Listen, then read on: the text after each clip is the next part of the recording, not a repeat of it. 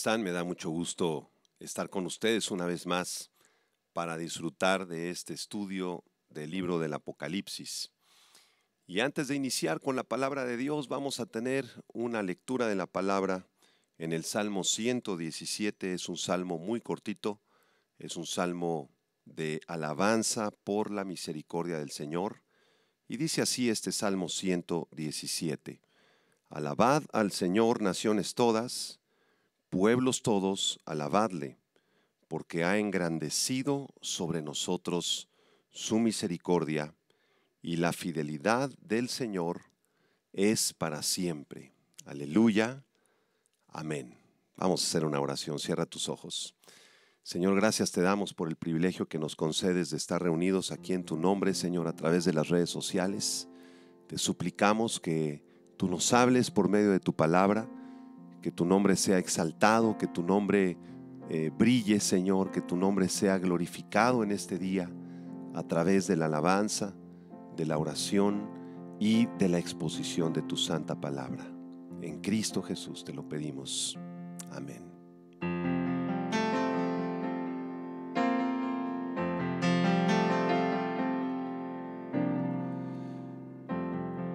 Por un momento en tu presencia, por un instante de tu amor, por un destello de tu gloria, por un minuto nada más, todo daría, no importaría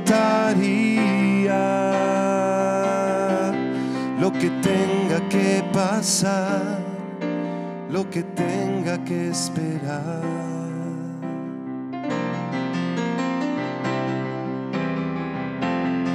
Por un momento en tu presencia, por un instante de tu amor, por un destello de tu gloria, por un minuto nada más, todo daría, no importaría lo que tenga que pasar, lo que tenga que esperar. Tengo hambre de ti, de tu presencia, de tu fragancia, de tu poder. Hambre que duele, que debilita, que desespera por ti.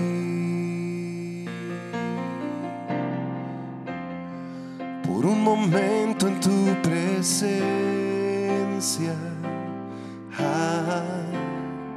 por un instante de tu amor, por un destello de tu gloria, por un minuto nada más, todo daría, no importaría lo que tenga que pasar, lo que tenga que esperar. Tengo hambre de ti, de tu presencia, de tu fragancia, de tu poder. Hambre que duele, que debilita, que desespera por ti. Tengo hambre de ti, de tu presencia, de tu fragancia, de tu poder.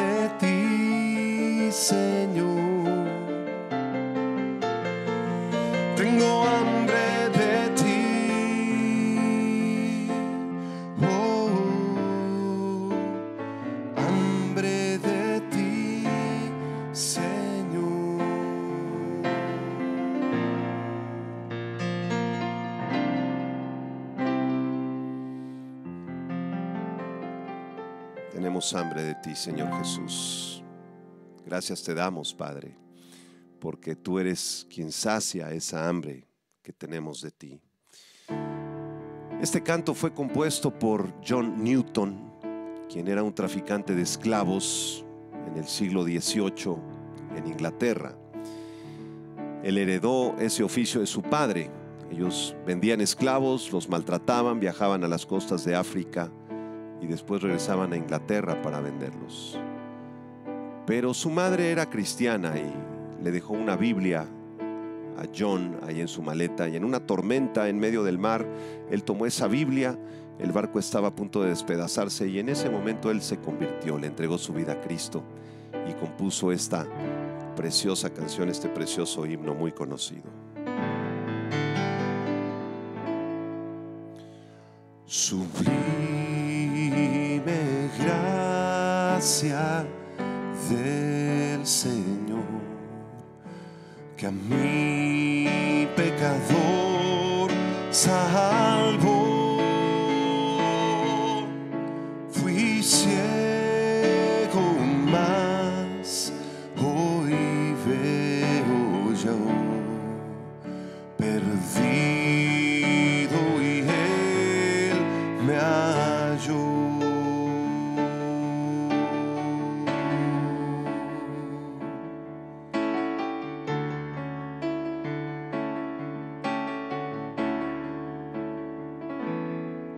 Su gracia me enseñó a temer, mis dudas ahuyentó.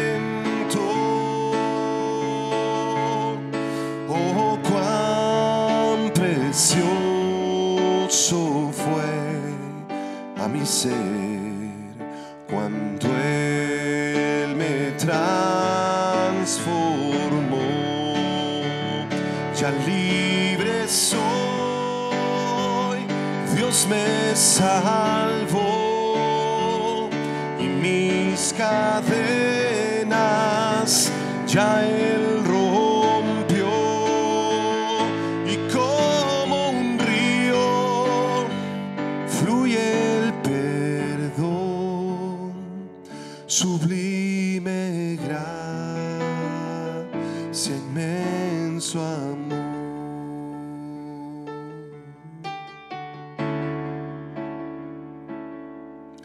En los peligros o aflicción que yo he tenido aquí, su gracia siempre me libró y me guiará feliz. Ya libre soy, Dios me salvó y mis cadenas ya Él rompió, y como un río fluye el perdón, sublime gracia, inmenso amor.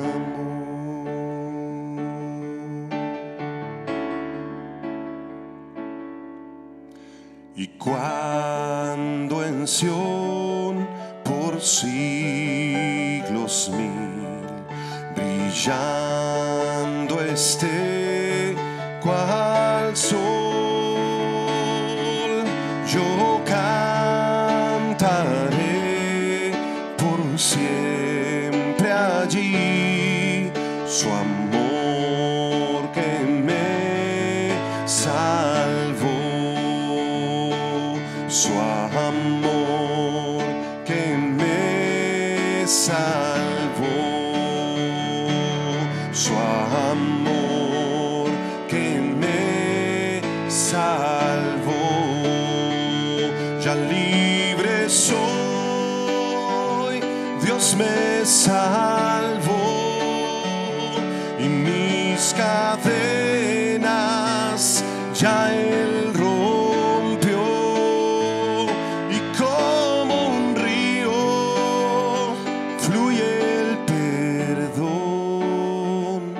sublime gracia, inmenso amor, ya libre soy,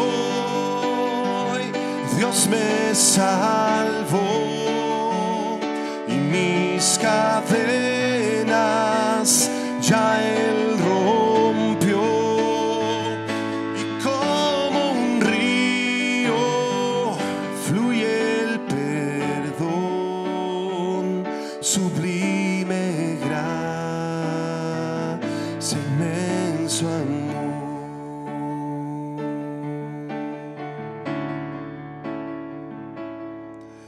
Fue por amor, su gran amor, su gracia me salvó.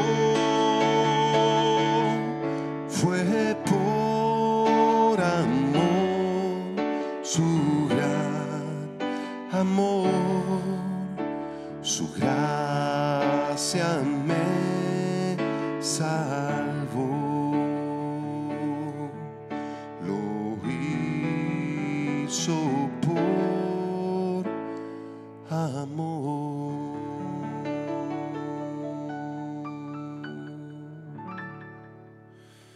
Vamos a disponer nuestro corazón para recibir la palabra de Dios.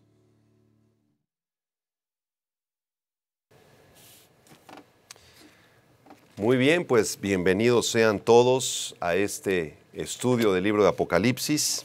El día de hoy tenemos un tema muy interesante que se titula Los 144,000 sellados de Dios. Los 144,000 sellados de Dios.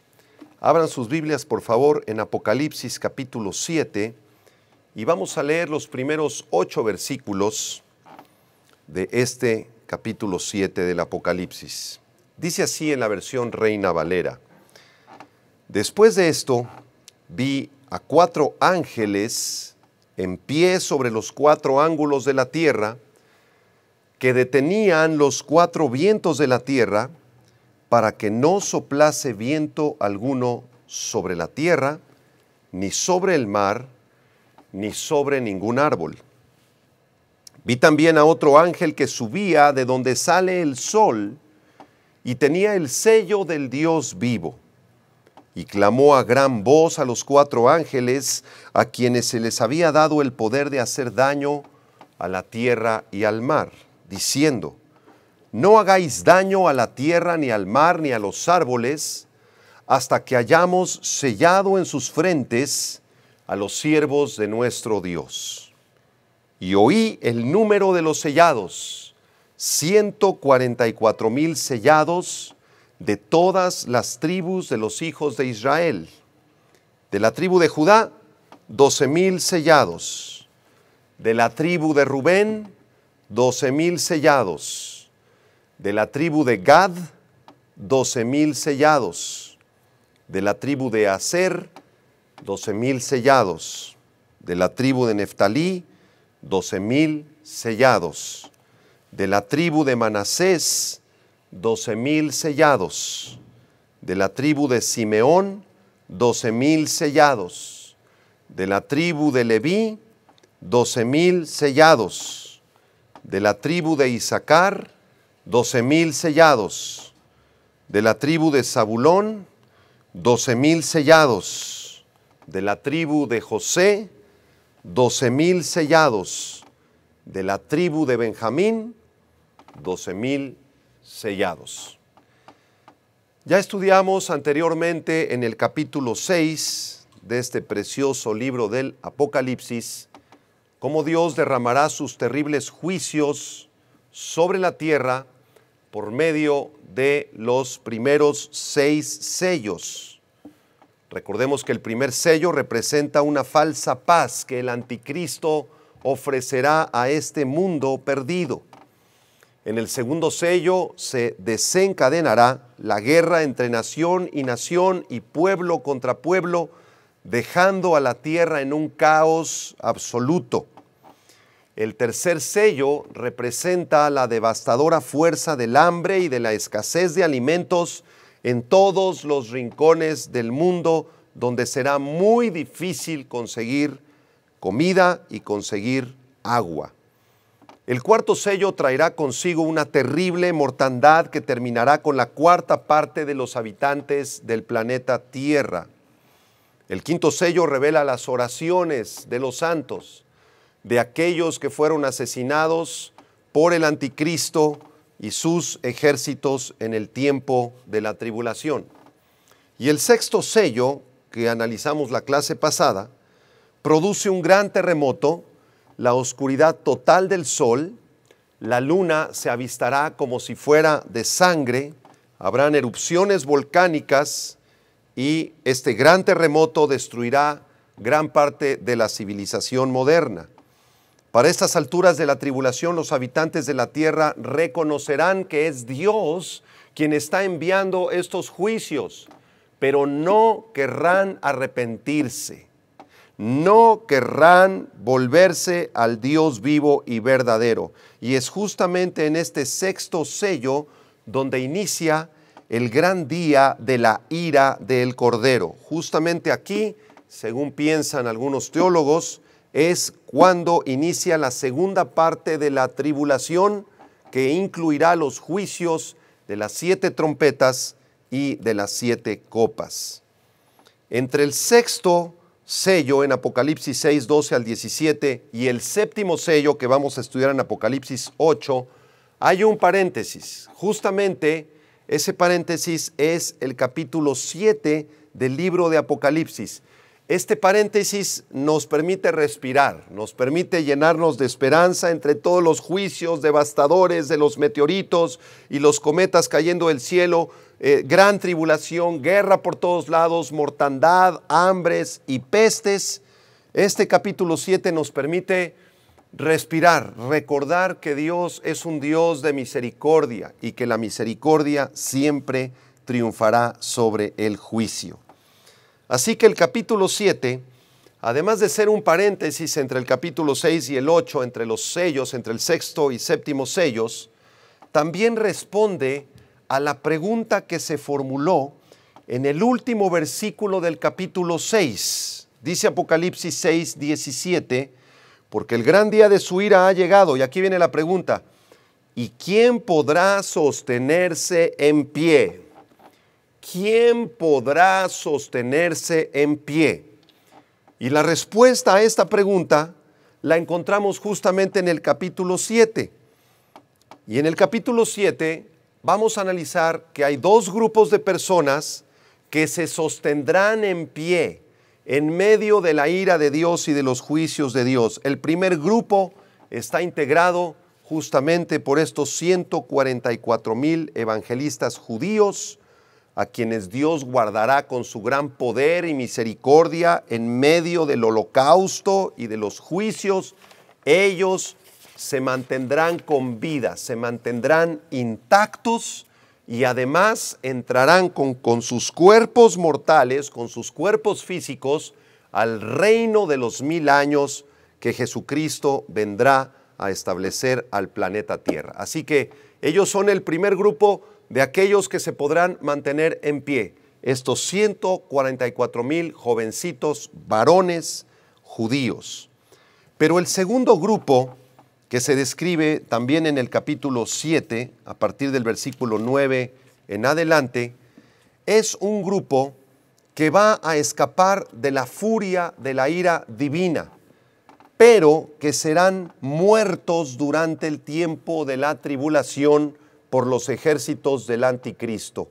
Ellos sufrirán el martirio e irán a descansar al cielo, desde donde serán preservados hasta que Jesucristo regrese otra vez a establecer su reino. Estos santos del versículo 9 al versículo 17 que conforman el segundo grupo, los vamos a estudiar la clase que entra, y no pertenecen a la iglesia, porque la iglesia ya fue llevada, ya fue trasladada al cielo, ya fue arrebatada, como lo estudiamos con detalle. Entonces, este grupo de santos redimidos incluye principalmente a personas gentiles de todas las naciones que se convertirán a Cristo en el tiempo de la tribulación, debido a la predicación de los 144,000 evangelistas judíos, le entregarán su vida a Jesucristo, nacerán de nuevo, pero sufrirán el martirio. Aún así, sufriendo el martirio, Dios los librará de su ira. Ellos no morirán como consecuencia de la ira de Dios. Ellos morirán como consecuencia de las persecuciones del anticristo y de sus ejércitos, quienes los asesinarán. Así que la realidad de que Dios guarda siempre a sus escogidos, que Dios siempre guardará a este grupo de 144,000 sellados y de gentiles convertidos, el tema de que Dios guarda, de que Dios protege, de que Dios escoge y de que Dios preserva de las tribulaciones, es un tema bien conocido en las Escrituras.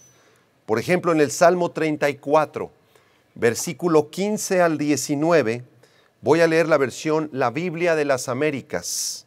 Salmo 34, del 15 al 19, Biblia de las Américas, dice así: Los ojos del Señor están sobre los justos y sus oídos atentos a su clamor.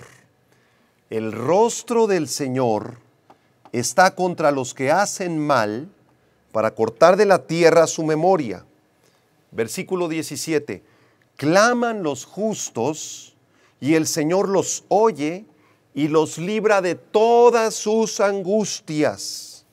Cercano está el Señor a los quebrantados de corazón y salva a los abatidos de espíritu. El versículo 19 dice: muchas son las aflicciones del justo. Tal vez tú estás pasando en este tiempo aflicciones, enfermedades, problemas. Pero este verso 19 es una promesa, dice: muchas son las aflicciones del justo, pero de todas ellas le libra el Señor. Así que este salmo se cumplirá en la vida de los 144,000 sellados y también de aquellos mártires que serán asesinados en el tiempo de la tribulación. Y hay otro salmo precioso, que es el Salmo 91.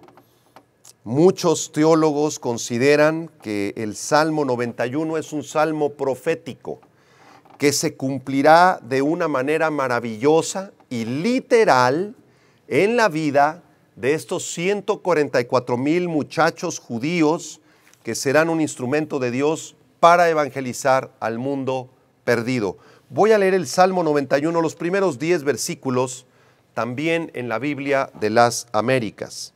Y tomen en cuenta, mientras estamos leyendo este salmo y escuchando estas promesas, que se aplicarán de forma real y de forma literal en la vida de estos 144,000 evangelistas. Dice así el Salmo 91 del 1 al 10.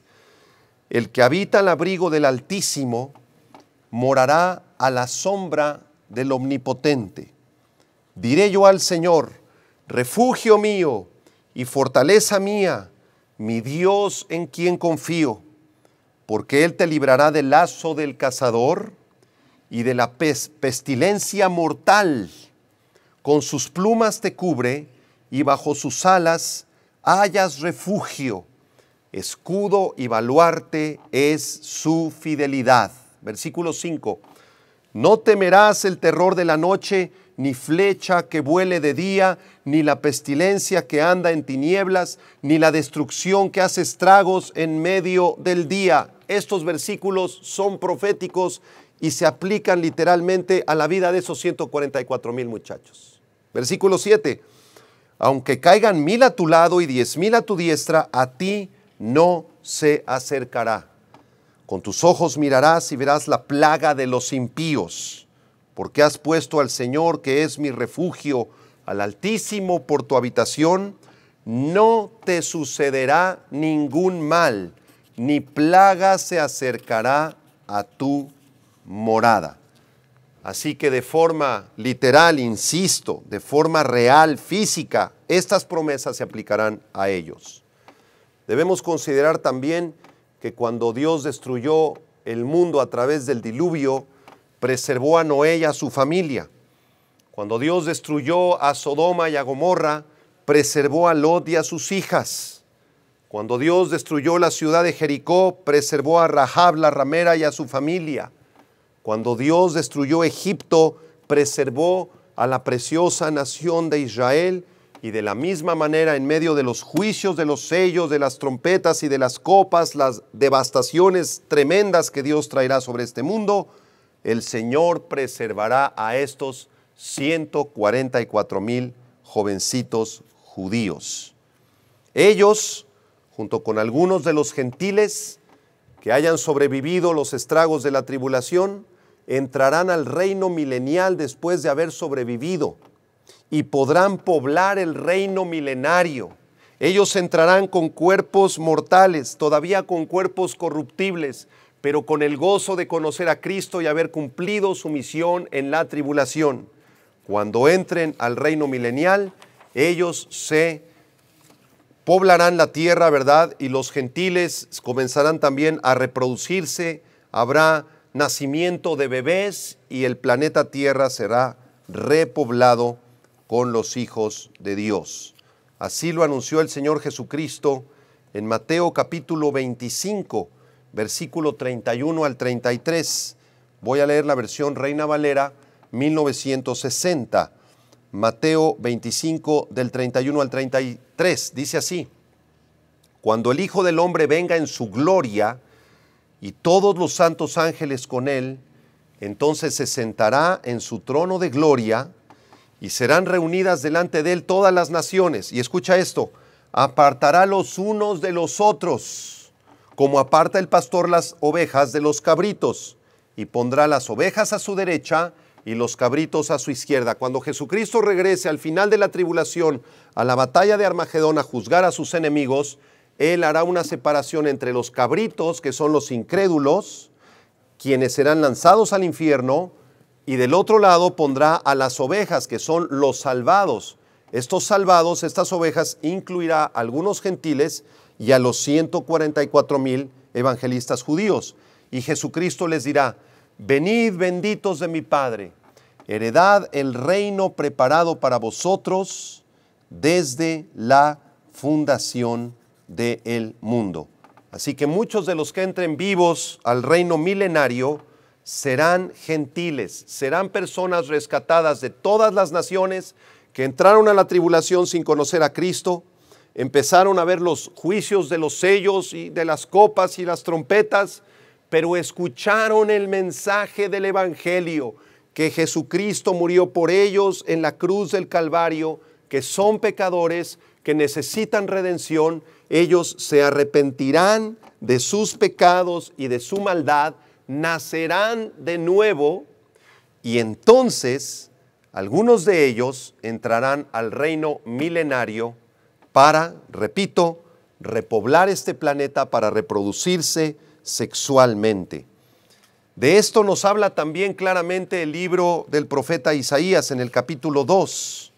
Isaías capítulo 2, versículo del 2 al 4. Encontré que la Nueva Traducción Viviente nos da una descripción preciosa de cómo los gentiles entrarán al reino milenial de Jesucristo. Isaías capítulo 2, versículo del 2 al 4. Dice así: en los últimos días, el monte de la casa del Señor será más alto el más alto de todos. Este monte es el monte de Sión, en donde está la ciudad de Jerusalén. El lugar más importante de la tierra será este monte de Sión. Se levantará por encima de las demás colinas, y escucha esto: gente del mundo entero vendrá allí para adorar. Si tú amas al Señor, ¿verdad? Tú vas a ir al cielo en el arrebatamiento, regresaremos con Cristo a reinar y poblaremos la tierra junto con los gentiles, que entrarán con un cuerpo corruptible, junto con los 144,000 que entrarán con un cuerpo corruptible, y nosotros vendremos a poblar la tierra con cuerpos incorruptibles, con cuerpos resucitados.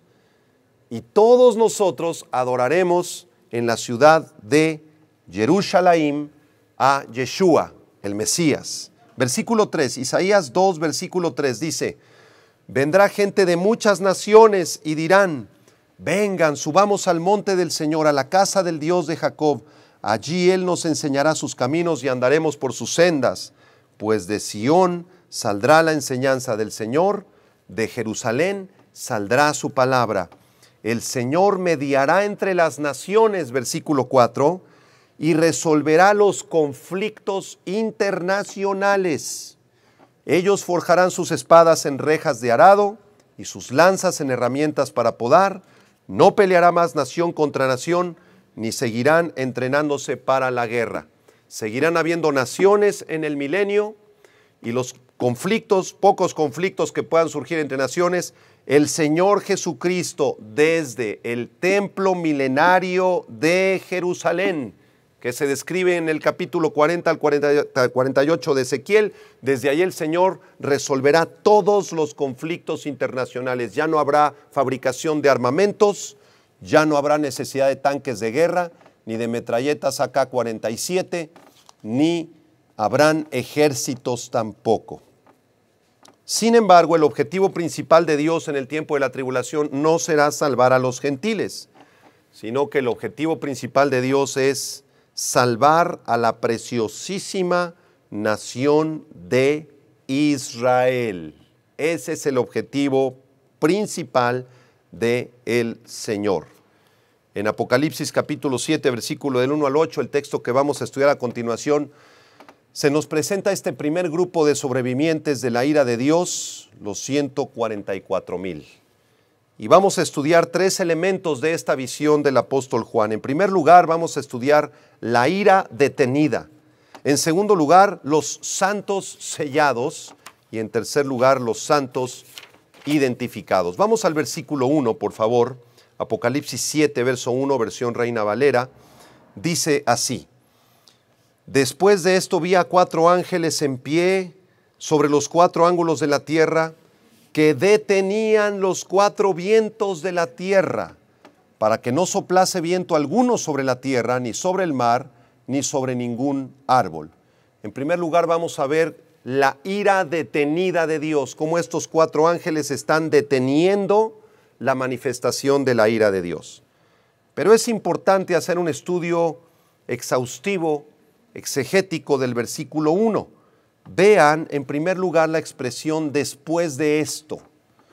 Esta expresión en el original griego es metaoutos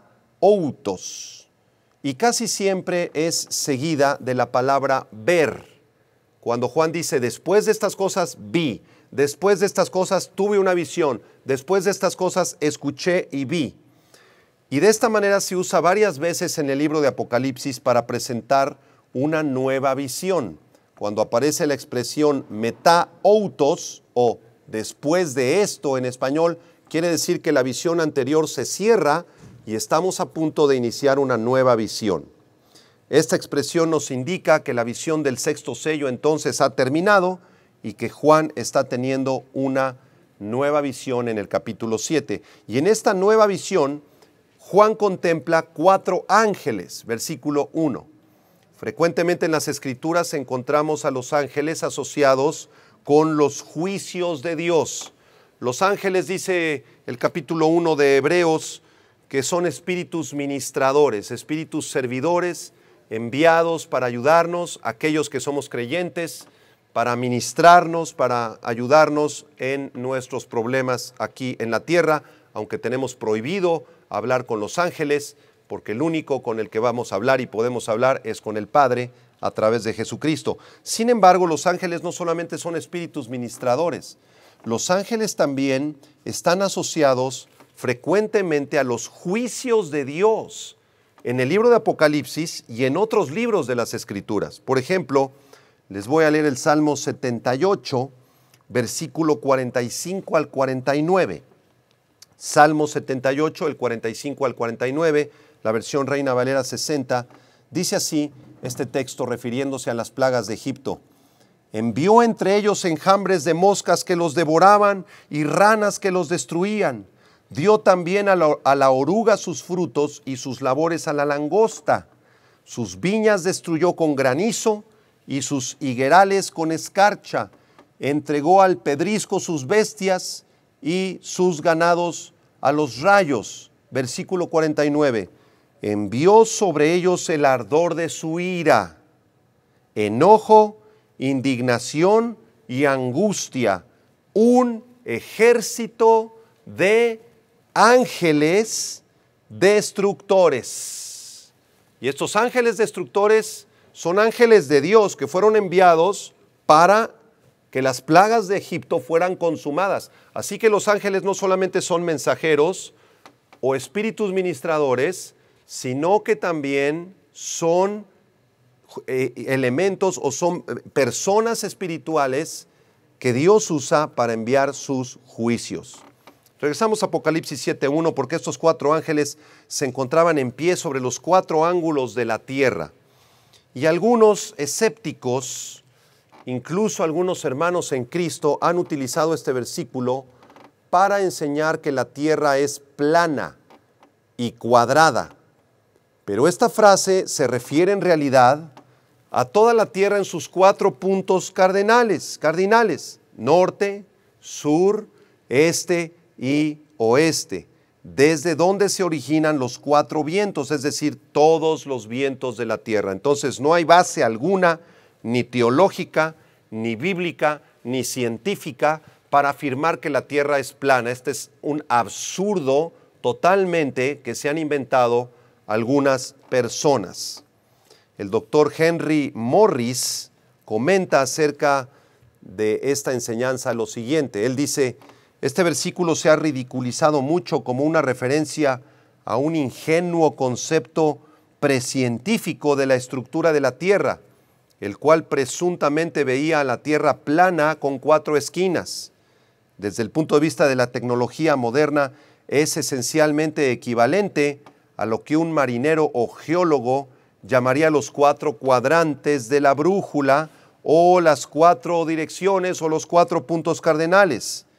Eso es también evidente en la mención de los 4 vientos, que en el uso común serían por supuesto los vientos del norte, del sur, del este y del oeste. Así que estos 4 ángeles son enviados al norte, al sur, al este, al oeste, en una tierra redonda como lo es nuestro planeta, y ellos tienen la encomienda de detener los 4 vientos de la tierra para que no soplase viento alguno sobre la tierra, ni sobre el mar, ni sobre ningún árbol. Estos 4 vientos que son detenidos por los ángeles se asocian también con los juicios de Dios en otros pasajes de la Biblia. Por ejemplo, en el libro del profeta Daniel, capítulo 7, versículo del 1 al 3, dice lo siguiente: en el primer año de Belsasar, rey de Babilonia, tuvo Daniel un sueño y visiones de su cabeza mientras estaba en su lecho. Luego escribió el sueño y relató lo principal del asunto. Y Daniel dijo: miraba yo en mi visión de noche, y he aquí que los 4 vientos del cielo, igual que Apocalipsis 7:1, Daniel tiene una visión donde observa estos 4 vientos del cielo combatían en el gran mar. Versículo 3, y 4 bestias grandes, diferentes la una de la otra, subían del mar. Daniel está viendo que los 4 vientos del norte, del sur, del este, del oeste, están combatiendo en el mar, y los asocia con 4 bestias grandes que representan los últimos 4 imperios mundiales que han gobernado sobre este mundo, y el último imperio, que es la gran bestia que ve Daniel, que representa al imperio romano revivido. Así que el hecho de que estos ángeles estén deteniendo los 4 vientos de la tierra quiere decir literalmente que no soplará ningún viento sobre la atmósfera terrestre temporalmente. No habrá viento sobre el mar, no habrá oleaje, o al menos disminuirá considerablemente el oleaje, y esto será como estar en el ojo del huracán, a punto de entrar a los juicios, al 7º sello y a los juicios de las trompetas y las copas. Es un tiempo de una paz mortífera, de una mortal calma sobre el planeta Tierra. ¿Y por qué razón estos 4 ángeles detienen estas 4 fuerzas de destrucción de Dios sobre la tierra para que no sople el viento? Bueno, la respuesta la vemos en el versículo 2 y 3 del libro de Apocalipsis, capítulo 7. Regresamos a nuestro pasaje y vamos a explicar en segundo lugar los santos sellados. Los vientos deben ser detenidos y las fuerzas destructoras de Dios para que estos ángeles, junto con otro ángel que aparece, un quinto ángel, puedan sellar en sus frentes a estos 144,000 evangelistas judíos. Vamos a leer el versículo 2 y 3 con atención. Apocalipsis 7:2.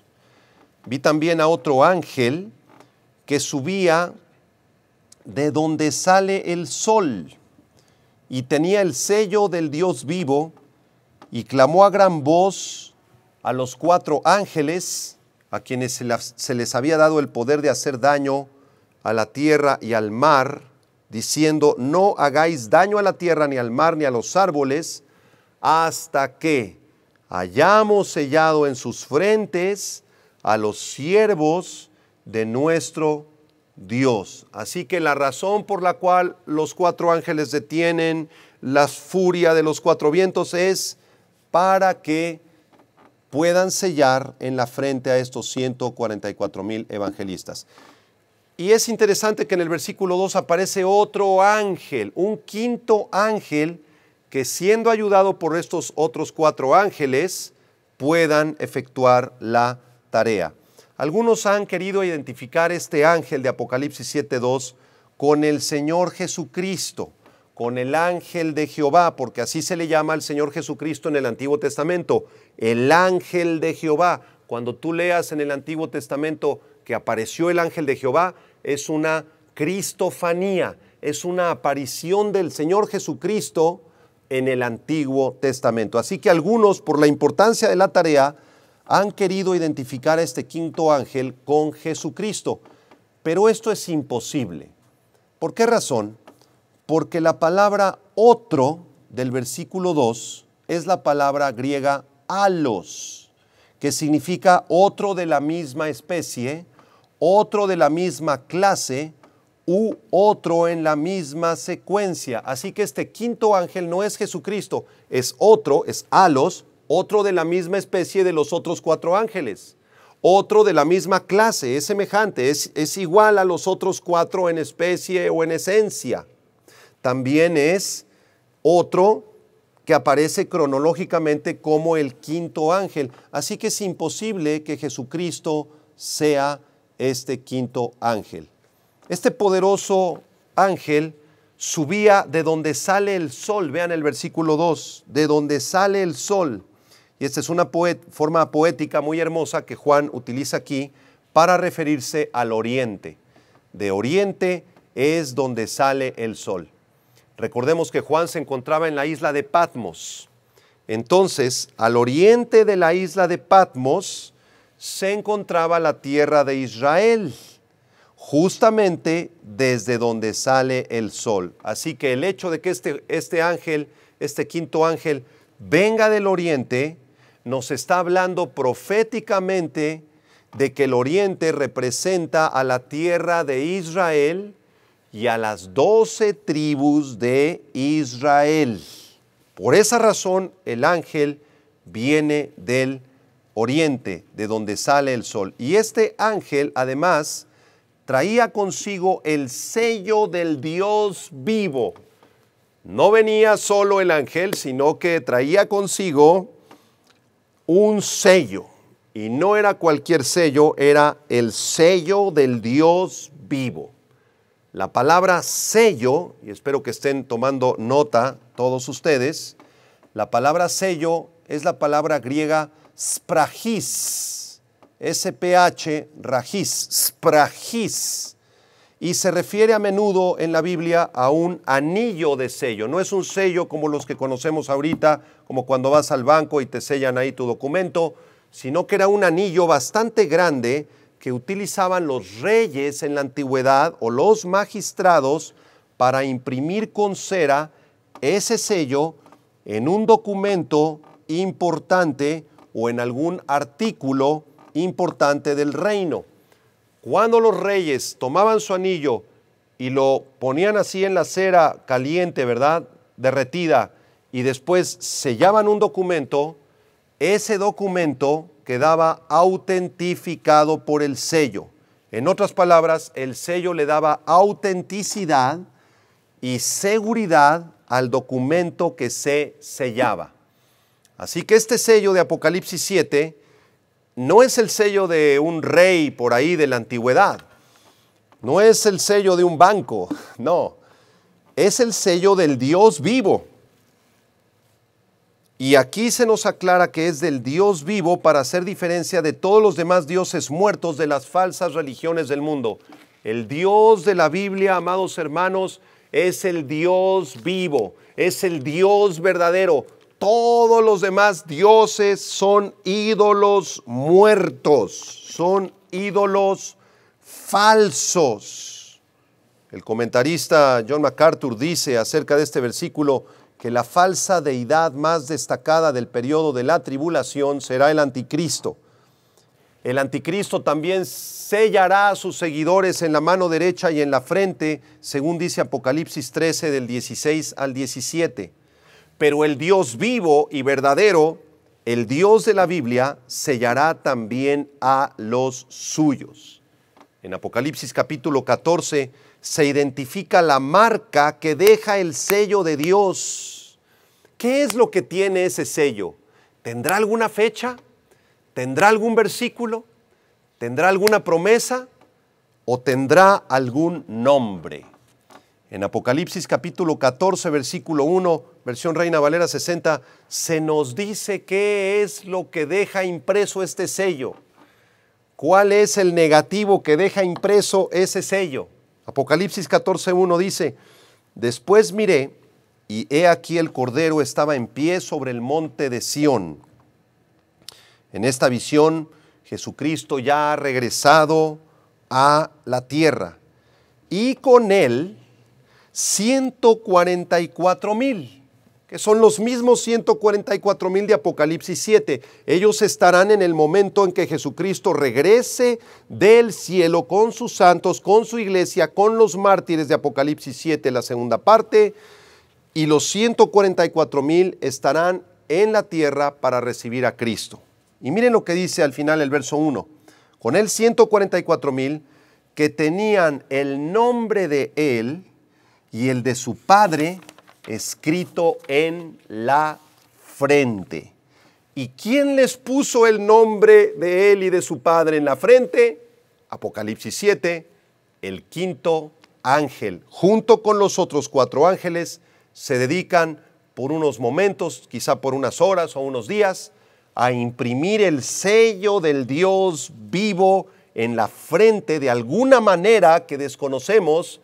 Será impreso en la frente de estos jovencitos y ese sello contiene el nombre del Padre. ¿Cómo se llama el Padre? En las escrituras hebreas de la Tanaj o el Antiguo Testamento se nos revela el nombre de Dios, el nombre del Padre, en el Tetragramatón. El Tetragramatón es una colección de 4 letras. Tetra, 4, gramatos, letra. 4 letras es el nombre de Dios. Si quieres apuntarlas, transliteradas a nuestras letras castellanas, es la letra Y, H, B chica, H.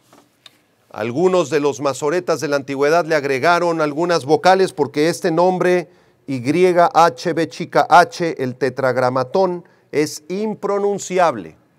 Trata de pronunciarlo y vas a ver que es muy complicado, no se puede y no puedes pronunciarlo simplemente.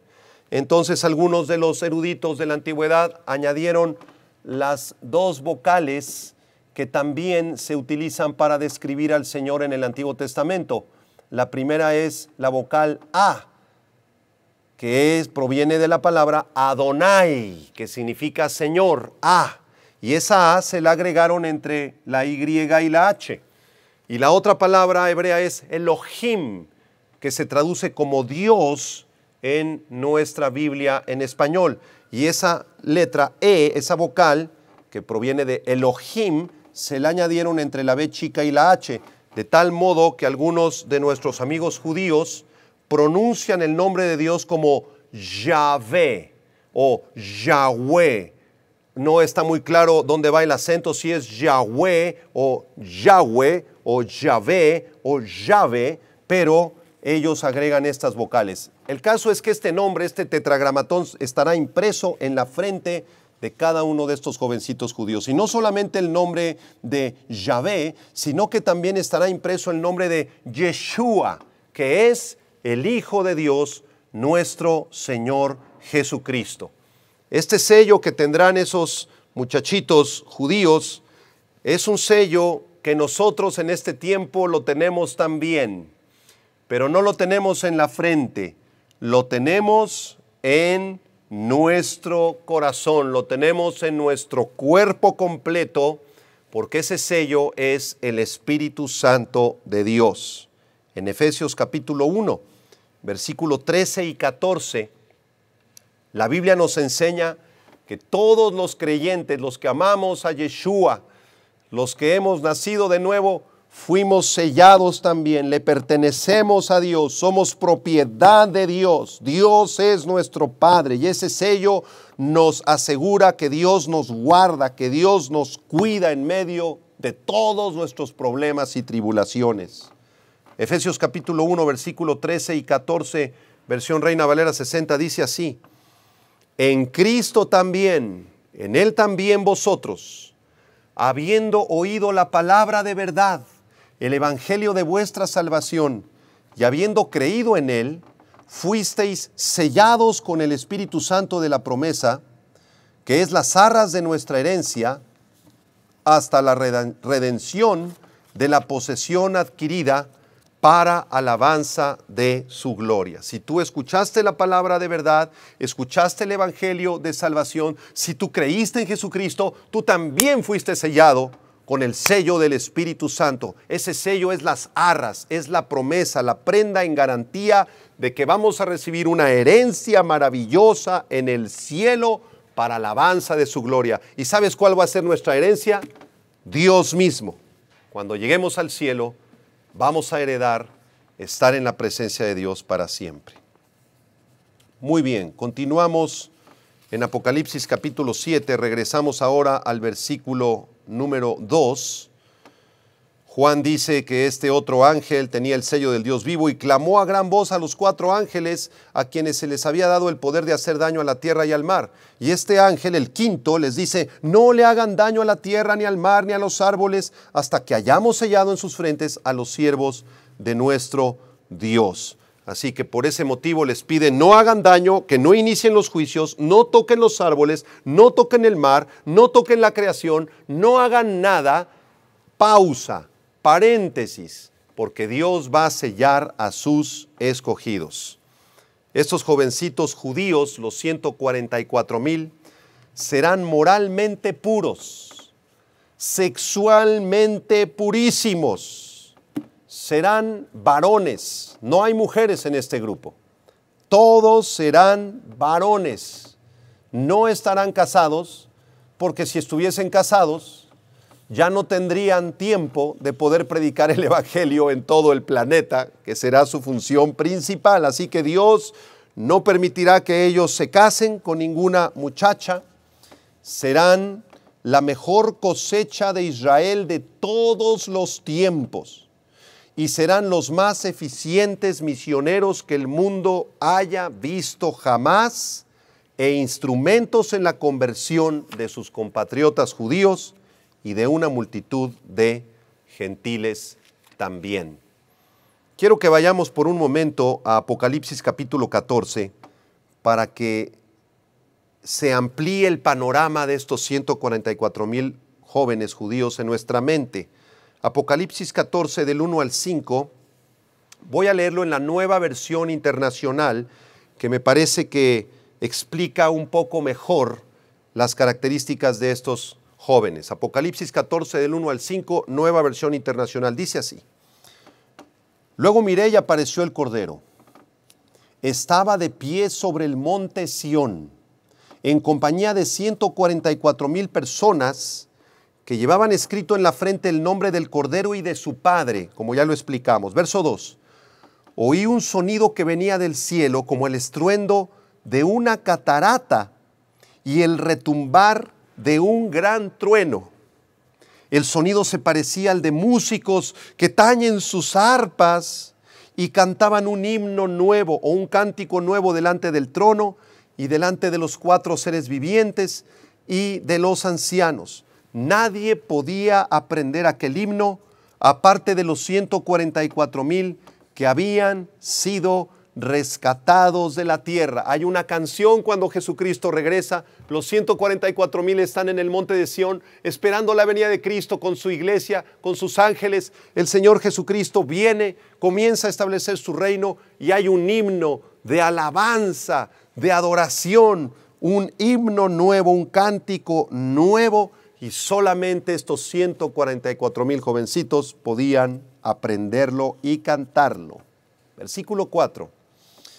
Estos se mantuvieron puros, sin contaminarse con ritos sexuales. Estos jovencitos nunca vieron pornografía, nunca tuvieron o cayeron en un pecado de inmoralidad sexual. Ellos son los que siguen al Cordero, verso 4, por donde quiera que va, fueron rescatados como los primeros frutos de la humanidad para Dios y el Cordero. No se encontró mentira en su boca, pues son intachables. Estos 144,000 jóvenes judíos tienen un testimonio impecable, maravilloso, sexualmente puros, amantes del Señor, amantes del Evangelio, amantes del Señor Jesucristo, y tienen la encomienda de predicar el Evangelio de la gracia de Dios. Vamos a terminar nuestro estudio con el tercer y último punto, los santos identificados. Vamos al versículo 4 al 8, por favor. Apocalipsis 7, del 4 al 8. Dice Juan, y oí el número de los sellados, 144,000 sellados de todas las tribus de los hijos de Israel, de la tribu de Judá, de Rubén, de Gad, de Aser, de Neftalí, de Manasés, de Simeón, de Leví, de Isaacar, de Zabulón, de José y de Benjamín, 12 tribus y 12,000 sellados de cada tribu. 12,000 multiplicado por 12 nos da los 144,000 judíos creyentes. Así que estos creyentes judíos son las primicias de Israel, las primicias de los últimos tiempos que por fin conocieron al Mesías. Nuestros amigos judíos muy queridos y toda la nación de Israel que respetamos y amamos profundamente y por quienes oramos, en el tiempo presente no conocen al Mesías. No quieren escuchar del Mesías, consideran que el nombre de Yeshua, de Jesús, es una blasfemia, rechazan la lectura del Nuevo Testamento, siguen practicando algunos de los ritos que heredaron de sus padres, aunque no existe templo, no pueden hacer sacrificios, pero siguen considerándose hijos de Abraham, y hacen bien porque lo son. Genéticamente, la nación de Israel son hijos y descendientes de Abraham. Pero la desgracia más grande de la nación de Israel es que cuando Jesús vino, ellos rechazaron al Mesías. No quisieron aceptarlo como su Señor. Por eso el Señor Jesucristo les dijo en Mateo capítulo 23, yo siempre he querido juntarlos como la gallina junta a sus polluelos. Así yo siempre quise estar con ustedes y ustedes no quisieron. En Mateo 23, 37, Jerusalén, Jerusalén, que matas a los profetas, apedreas a los que te son enviados. ¿Cuántas veces quise juntar a tus hijos como la gallina junta sus polluelos debajo de sus alas y no quisisteis? He aquí vuestra casa os es dejada desierta. Y Jesús profetiza en Mateo 23, 38, que el templo de Jerusalén sería destruido. porque os digo que desde ahora no me veréis hasta que digáis, bendito el que viene en el nombre del Señor. ¿Quiénes van a decir estas palabras? Los 144,000 judíos en el tiempo de la tribulación. Bendito el que viene en el nombre del Señor. Ellos serán, como ya lo vimos, las primicias de Israel, los primeros salvos de la nación de Israel en el tiempo de la tribulación. Y esta verdad también se profetiza claramente en el libro del profeta Zacarías, capítulo 13. Vamos brevemente a Zacarías, capítulo 13, versículo 1. Y voy a leerlo en la Nueva Traducción Viviente, que nos da un poco más de luz. Zacarías 13, verso 1, Nueva Traducción Viviente, dice: en aquel día, se está refiriendo al día del Señor, al día de la tribulación, brotará un manantial para la dinastía de David y para el pueblo de Jerusalén, una fuente que los limpiará de todos sus pecados e impurezas. ¿Quién es ese manantial? ¿Quién es esa fuente que proviene de la dinastía de David? Los 144,000 escogidos de Dios.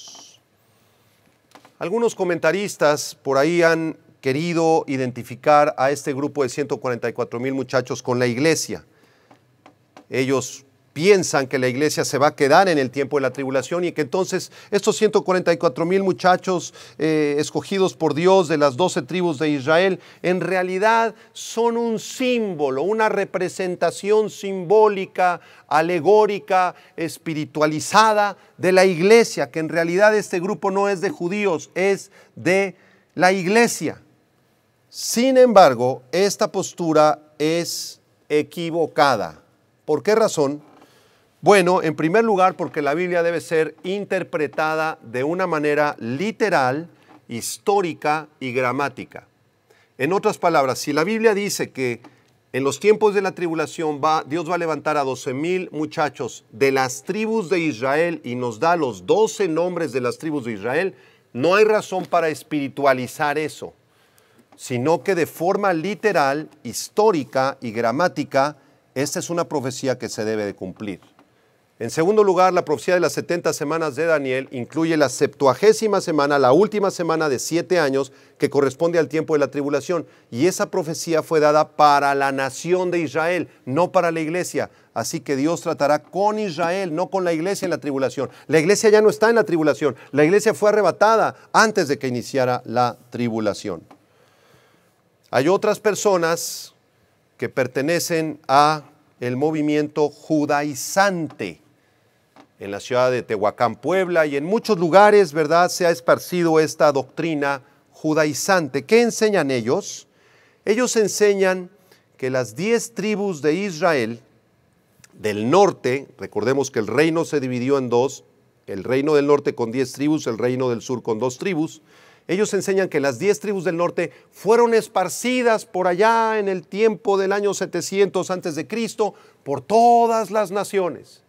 Y que entonces los cristianos actualmente, quienes hemos recibido a Cristo, quienes hemos nacido de nuevo, somos descendientes físicos y genéticos de alguna de esas 10 tribus que se esparcieron por todas las naciones de la tierra. ¿Será esto verdad? Y que por lo tanto, si somos descendientes genéticos de ellos, somos judíos. Y entonces la iglesia e Israel son la misma cosa. Y la iglesia aquí en Apocalipsis se identifica con Israel porque son la misma cosa. Por lo tanto, tenemos que guardar los ritos judíos, tenemos que guardar las fiestas judías del libro de Levítico, tenemos que circuncidarnos los varones. Si tú no estás circuncidado en este tipo de movimientos, te piden, te exigen que te circuncides, que guardes el Shabbat. ¿Será verdad esta doctrina judaizante, hermanos? De ninguna manera.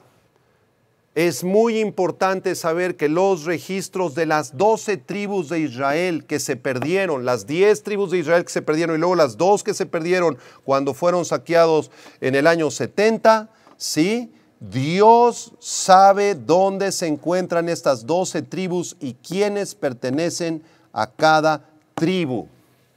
Además, las 10 tribus que los judaizantes alegan que se esparcieron por todas las naciones en el año 722 en la conquista de los asirios, allá en los tiempos del libro del profeta Isaías. La Biblia enseña claramente que estas 10 tribus supuestamente perdidas, en realidad jamás estuvieron perdidas. Tampoco estarán perdidas en el tiempo de la tribulación. Así que la doctrina moderna de los judaizantes que enseñan que esas 10 tribus son la iglesia es totalmente falsa. Las 12 tribus de Israel se encontraban presentes en los días del Señor Jesucristo y en los días de los apóstoles. No se perdieron, no se esparcieron, se encontraban en la ciudad de Jerusalén. Y así lo demuestra el libro del profeta de Santiago, en el Nuevo Testamento. Vamos a Santiago brevemente, capítulo 1, porque esto es muy importante que lo entiendas. Entonces, las 10 tribus del norte nunca se esparcieron en realidad, sino que estaban reunidas en Jerusalén en los días de Jesucristo y después de los días de Jesucristo hasta el año 70. Santiago 1:1 dice: Santiago, siervo de Dios y del Señor Jesucristo. ¿A quién? A las 12 tribus que están en la dispersión. Salud. En otras palabras, las tribus se encontraban identificadas en los días de Santiago. Se encontraban perfectamente identificadas. Esta carta fue escrita a esas tribus que se encontraban dispersas ciertamente en varios países, pero estaban perfectamente identificadas en los días de Santiago. Y en Lucas 22, en el versículo 30, dice: para que comáis y bebáis a mi mesa en mi reino y os sentéis en tronos juzgando a las 12 tribus de Israel. Las 12 tribus de Israel están presentes en la tribulación y estarán presentes también en el reino de los 1000 años de Jesucristo. Así que la doctrina judaizante tenemos que descartarla.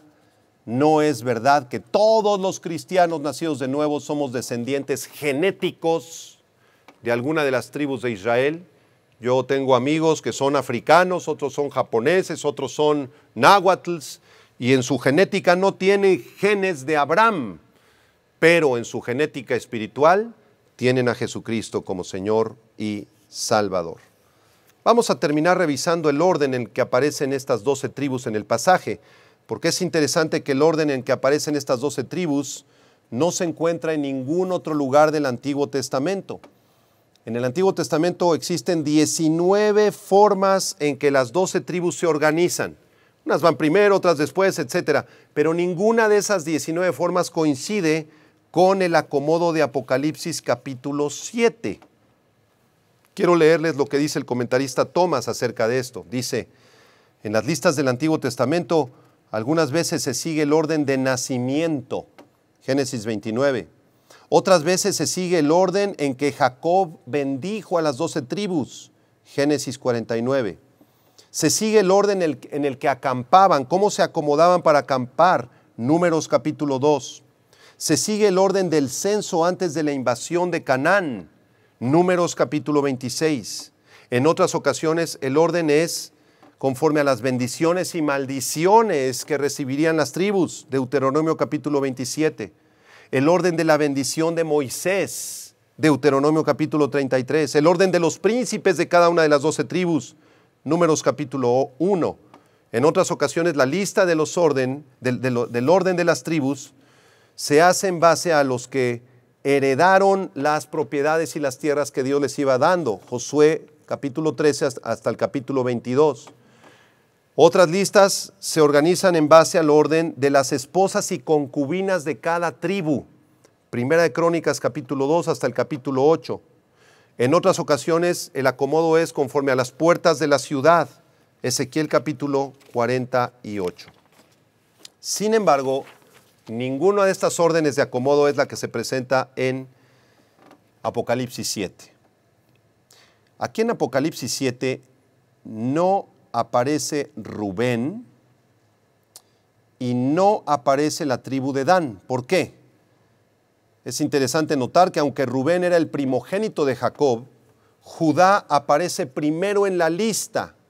Rubén perdió el derecho de la primogenitura como castigo por su mala conducta sexual con la concubina de su padre. Primera de Crónicas capítulo 15. Por eso Rubén no está en la lista de los 144,000. También se omite la tribu de Dan a favor de la tribu de Leví. Leví ocupa el lugar de la tribu de Dan y esto es algo fuera de lo normal. ¿Por qué omitió el Señor a Dan en la lista de los 144,000? Porque la tribu de Dan tenía una tendencia a la idolatría, Deuteronomio capítulo 29, aunque la tribu de Dan sí aparece en las bendiciones del reino milenial en Ezequiel capítulo 48. De forma similar, se omite el nombre de Efraín. No aparece la tribu de Efraín. Recordemos que estas eran medias tribus, la media tribu de Efraín y la media tribu de Manasés, porque provenían de su papá José. Así que Efraín tampoco aparece porque la tribu de Efraín se entregó a la idolatría en Oseas 4, versículo 17. Su hermano Manasés sí se incluye porque fue el hijo fiel de José. ¿Cuál es la conclusión de todo esto? Bueno, la conclusión a la que llegamos es que Dios tiene un gran amor por la nación de Israel. Dios no ha terminado con la nación de Israel. Israel falló, rechazó al Mesías como su Señor, pero a pesar de que ellos lo rechazaron y lo siguen rechazando, el Dios de Israel cumplirá sus propósitos de salvación para la nación de Israel. Israel se dará cuenta que Yeshua HaMashiach, que Jesús el Mesías es el Salvador, y a través de estos 144,000 muchachos evangelistas y misioneros, todo Israel tendrá oportunidad de recibir a Cristo como Señor y Salvador durante el tiempo de la tribulación. Voy a terminar leyendo dos profecías, una en el Antiguo Testamento, otra en el Nuevo Testamento, que hablan acerca de la futura salvación de la nación de Israel, y después vamos a terminar orando por la nación preciosa y santa de Israel. La primera profecía está en Isaías, capítulo 45, Antiguo Testamento. Isaías 45, del 17 al 19, nueva traducción viviente voy a leer. Isaías 45, 17 al 19, en la nueva traducción viviente dice, escucha, pero el Señor salvará al pueblo de Israel con salvación eterna por los siglos de los siglos. Nunca más será humillado ni avergonzado, pues el Señor es Dios. Él creó los cielos y la tierra y puso todas las cosas en su lugar. Él hizo el mundo para ser habitado, no para que fuera un lugar vacío y de caos. Yo soy el Señor, afirma, y no hay otro. Yo proclamo firmes promesas en público. No susurro cosas oscuras en algún rincón escondido. No le habría dicho al pueblo de Israel que me buscara si no fuera posible encontrarme. Yo, el Señor, solo digo la verdad y solo declaro lo correcto. Yo salvaré a la nación de Israel, dice el Señor. Y conocerán a mi Hijo, a Yeshua, a quien ellos traspasaron. La segunda profecía está en Romanos capítulo 11, con esta terminamos, versículo 25 al 27. También voy a leer la nueva traducción viviente. Es una profecía que el Espíritu Santo inspiró en la mente del apóstol Pablo para que la escribiera. Y dice así, Romanos 11, 25. Mis amados hermanos, dice Pablo, la nueva traducción viviente, quiero que entiendan este misterio para que no se vuelvan orgullosos de ustedes mismos. Parte del pueblo de Israel tiene el corazón endurecido, pero eso solo durará hasta que se complete el número de gentiles que aceptarán a Cristo. Y entonces todo Israel será salvo, como dicen las Escrituras. El que rescata vendrá de Jerusalén y apartará a Israel de la maldad, y mi pacto con ellos es que quitaré sus pecados.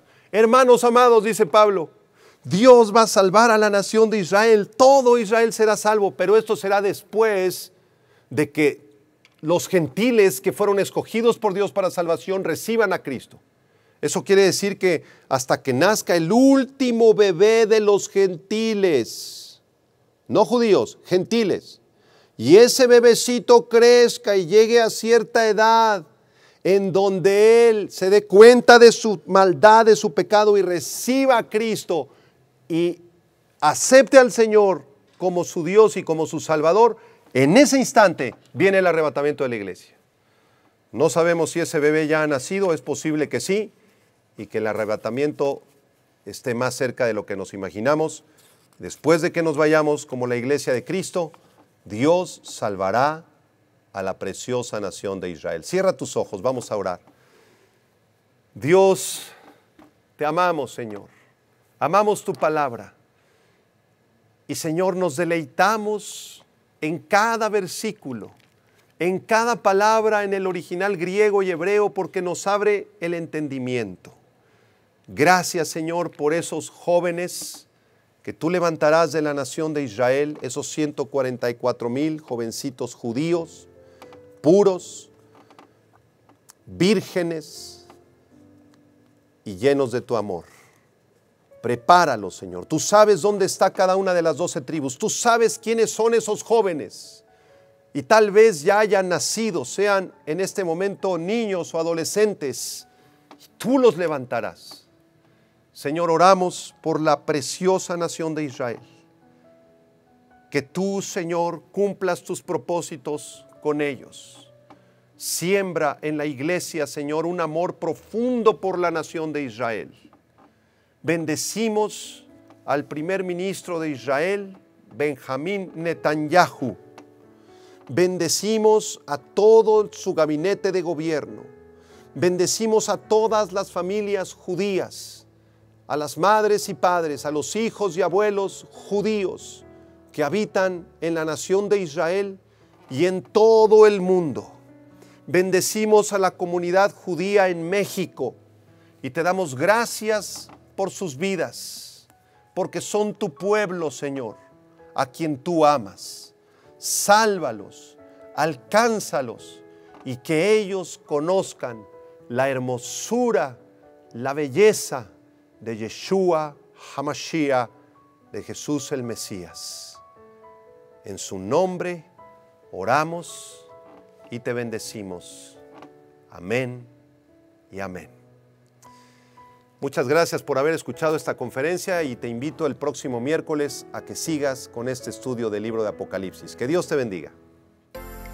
Vida Nueva para el Mundo se sostiene y propaga el mensaje de salvación de Jesucristo gracias a Dios y a tus donativos. Llevemos juntos el Evangelio de Jesucristo al mundo entero. Realizamos eventos, seminarios, congresos y diferentes programas para dar a conocer el mensaje.